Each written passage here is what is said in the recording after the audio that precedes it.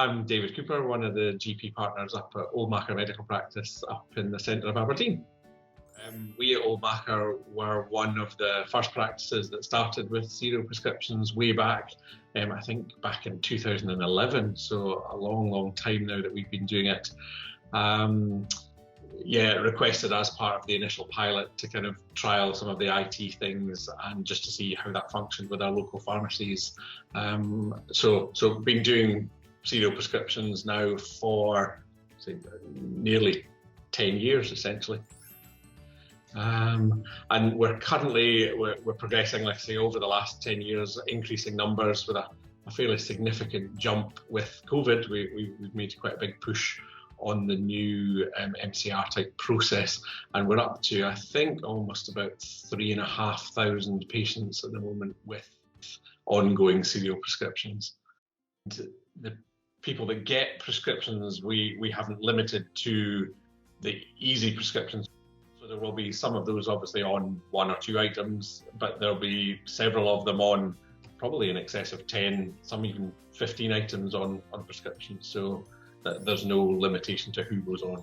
So process would be the big one, and then the staff and the staff knowledge would be the next one. And we started with largely the GPs converting the medication, and we have moved away from that now. So actually it's our in-practice pharmacist that does all of the conversions. So it makes it a lot easier from an education point of view to know what's appropriate, what's not appropriate, which patient groups we would be keen to do, and that kind of thing. So important to have that conversation with whoever's changing the medications. So it helps us in terms of number of prescriptions we need to sign, the time that takes, the fact that the pharmacist is involved at both ends makes actually, I think, the prescribing a lot tidier, a lot cleaner, better reviewed, I would possibly even say, from the GP point of view. And actually from a process in practice, rarely do our GPs now get involved.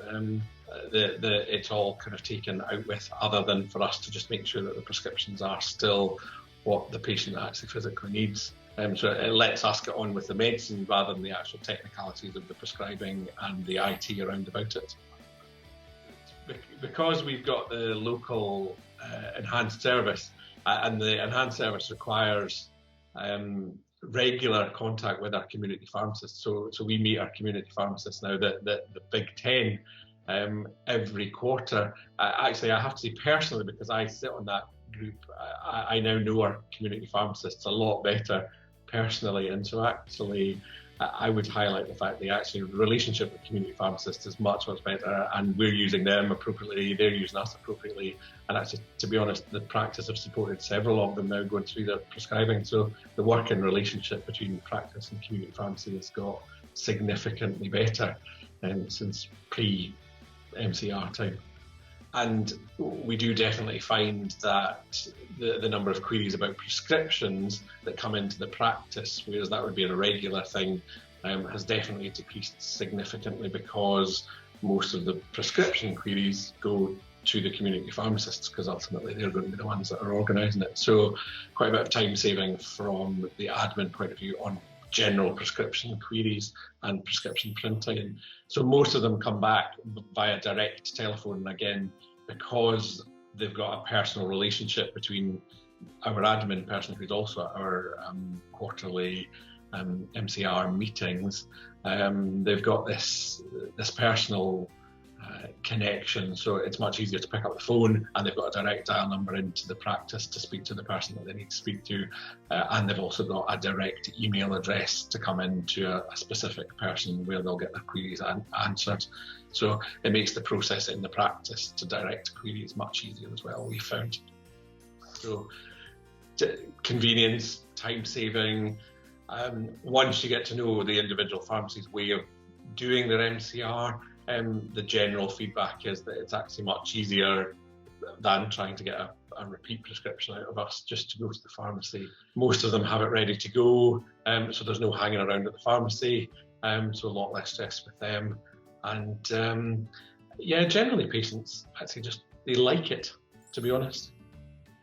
I suppose my advice is go for it. largely, you do need to look at the process and how it's going to work with you and your pharmacists. But ultimately, from a negative point of view, we have found almost zero, and both the practice, medical staff, admin staff, and the patient, they all essentially, for us, think it's the way forward, and I think it should be.